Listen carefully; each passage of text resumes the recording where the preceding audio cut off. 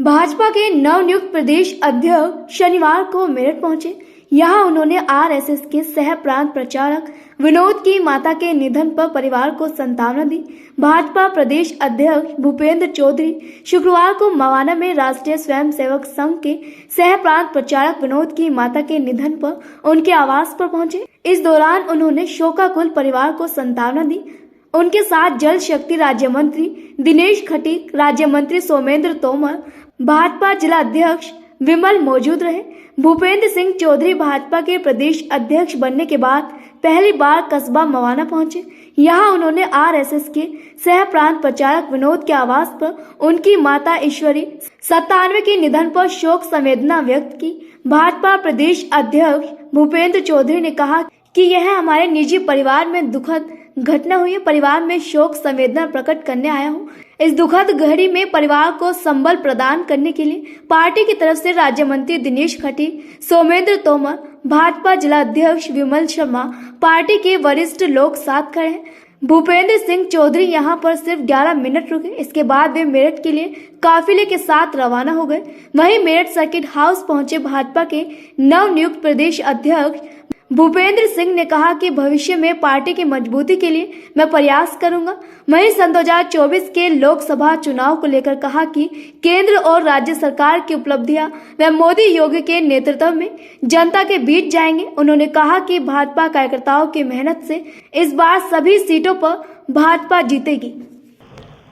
गन्ने के भुगतान की स्थिति बहुत बेहतर है और हम लोग और बेहतर करने का काम कर रहे हैं। अच्छा, वेस्ट यूपी में जो जाट बाहुल इलाका है, आरएलडी के बात करें या फिर राकेश टिकैत की, जो एक चुनौती अध्यक्ष बनने के बाद आपके पास आई है, उसे किस रूप में देख रहे हैं? क्या काट राकेश टिकैत जी कोई पॉलिटिकल आदमी तो देखो है नहीं। उनके संगठन के बहुत लोग हमारे साथ जुड़े हैं, हमें वोट देते हैं। वो कहते रहे पूर्व में लोकसभा में उन्होंने वोट दिया, उन्होंने बयान में भी वोट दिया। किसी भी समाज के या किसी विषय को आवाज़ उठाना कोई गलत नहीं है जी। किसानों की आवाज़ उठाते हैं, सरकार का ध्यान आकर्षित करते हैं, अच्छी बात है, मैं भी सहमत हूँ, उसमें कोई समस्या नहीं। जहाँ तक राजनीतिक दलों का विषय है, राजनीतिक विषय, तो हम अपनी बात समाज के सब वर्गों में कहते हैं। हमने जो जो काम किए, हमारी विचारधारा समाज के देश के हित में क्यों है, ये सब हम बताते हैं लोगों से। और अपनी सरकार के आधार पर, कामकाज के आधार पर हम लोग वोट की अपील हमेशा करते हैं। इस बार भी करेंगे, पिछली बार भी विधानसभा में हमने करी। तो मेरे नेतृत्व के प्रति, मोदी जी के प्रति, योगी जी के प्रति लोगों का विश्वास, समाजवादी पार्टी की भारतीय जनता पार्टी के कार्यकर्ता की सक्रियता है। तो सक्रियता, मेहनत के आधार पर लोगों से हमारा गठबंधन है। हम लोगों के अच्छे बुरे में, दुख दर्द में सहभागी हैं।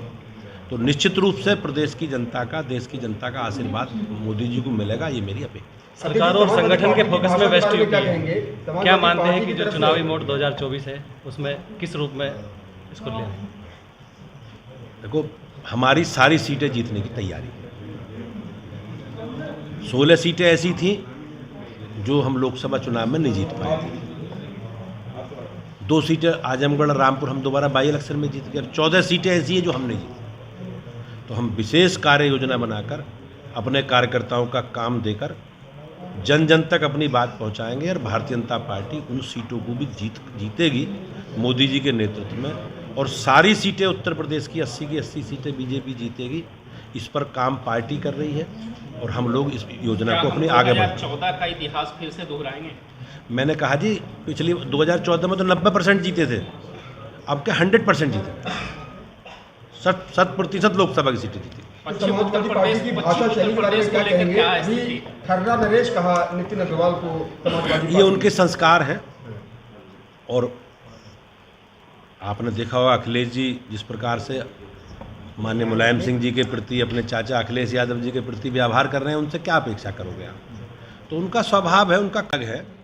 मुझे लगता है कि इस तरह का व्यवहार, इस तरह की भाषा ठीक नहीं।